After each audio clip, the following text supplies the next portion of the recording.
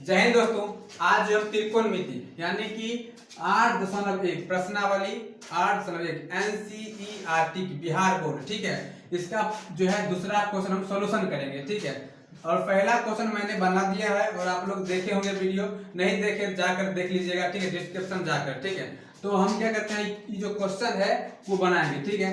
और यहाँ पर जो कह रहा है कि आकृति 8.13 क्या है, आकृति 8.13। अब यहाँ पर जो है 8.1 दिया हुआ है, एनसीईआरटी किताब में खुद दिया हुआ, आप जाकर देख सकते हो वहां पर, ठीक है।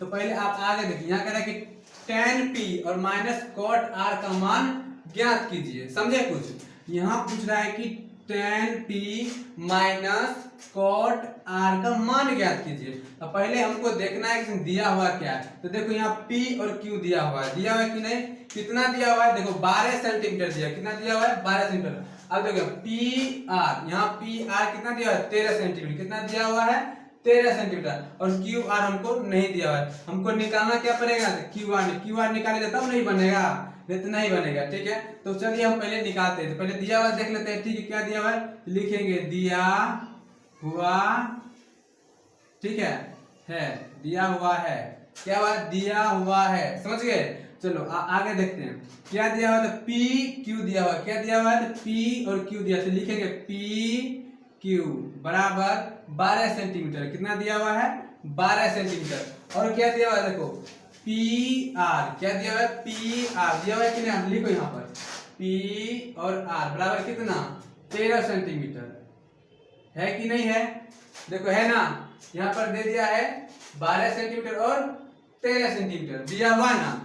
अब हमको ये दो दिया, ये कैसे निकालेंगे, इसके निकालने एक फॉर्मूला होता है, ये फॉर्मूला होता है कि तब पी आर, ठीक है, पी आर जिसे हम पाइथागोरस, चलो वही शुरू करते हैं, पाइथागोरस पर पहले लिख देते हैं, उसके बाद ये फॉर्मूला पर बैठ जाएगा, ठीक है। लिखते हैं पाइथागोरस,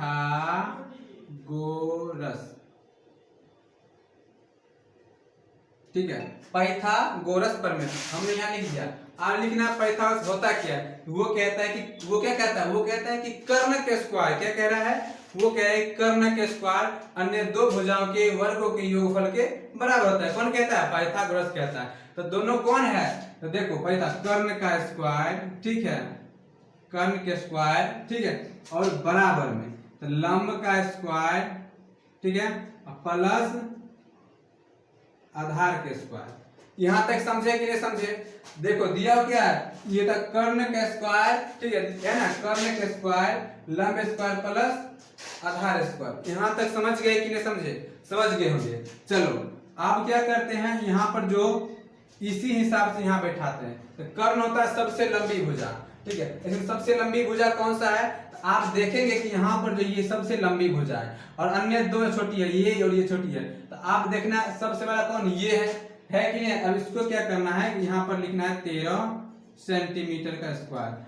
अभी हमको पता नहीं है कौन लंब कौन आधार मान है, लेकिन यहाँ पर जो है यह कौन है, ये कौन है, ठीक है। अब मान लेते हैं कि ये लंब है, कौन आर से ये लंब है, ठीक है।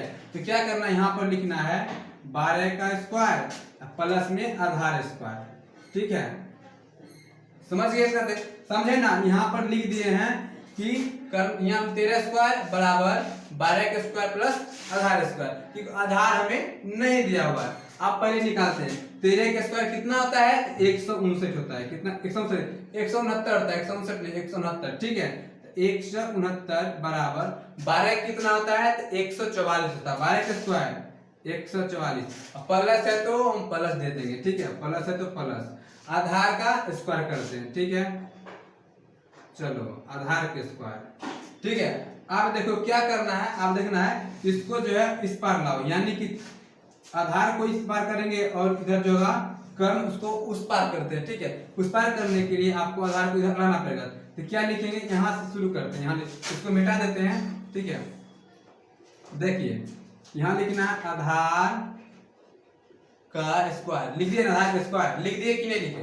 अब यहाँ पे लिखेंगे 159 माइनस 144, घटाएंगे ना आधार स्क्वायर, अब इसको घटाएंगे ना तो 25 आएगा, ठीक है, क्या आएगा 25। देखो आप यहाँ आपको ये ध्यान देना है, 25 तो आ गया, लेकिन यहाँ स्क्वायर में है। अब स्क्वायर कैसे हटाएंगे? जब भी हम स्क्वायर हटाएंगे ना, उस पर रूट चढ़ा देंगे, ठीक है, रूट हम चढ़ा देंगे, ठीक है। अब जब स्क्वायर हटा दो तो क्या हो जाएगा, आधार बराबर 25 रूट में आ गया ना, रूट में। आप रूट को बाहर कैसे निकालेंगे? रूट को बाहर ऐसे देखो, यहाँ है 25, ठीक है, 25 है, निकालो 5 से, तो 25 जोड़ा लग गया ना, तो इसको क्या लिखेंगे, 5 गुने 5। जब जोड़ा होगा ना तब तो रूट में से एक जोड़ा निकल जाएगा, यानी इसमें से एक निकल जाएगा, क्या जाएगा 5। तो 5 सेंटीमीटर हमको बाहर निकला। कितना निकला?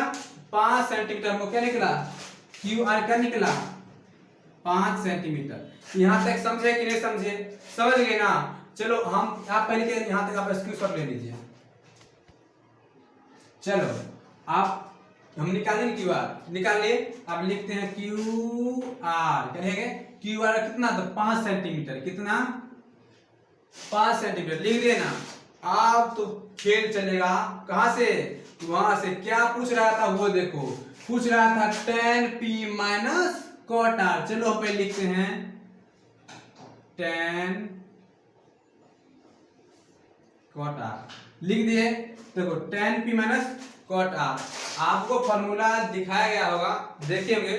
इसका जो होता है ना tan p का जो फॉर्मूला होता है कि p बट्टे b परे है ना, जिसको हम कहते हैं लंब बट्टे आधार। क्या बोलते हैं? लंब बट्टे आधार बोलते हैं ना, अरे बोलते हैं। चलो अब माइनस है तो माइनस cot r कह रहा है, तो cot r देखो, tan का उल्टा क्या होता है, cot होता है। अब इसी को उल्टा दो, इसको टंगड़ी पकड़ के उठा दो, सीधे उल्टा दे तो आ गया ऊपर p और नीचे आ गया p, ऊपर आ b और नीचे आ गया p। समझिए ना? यहां तक समझे कि नहीं? अगर ना समझे तो आप लोग कमेंट कीजिए, ठीक है। और हम जो है यहाँ पर बता चुके, यहाँ तक आप आगे देखिए। अब यहाँ पर खेल चलेगा।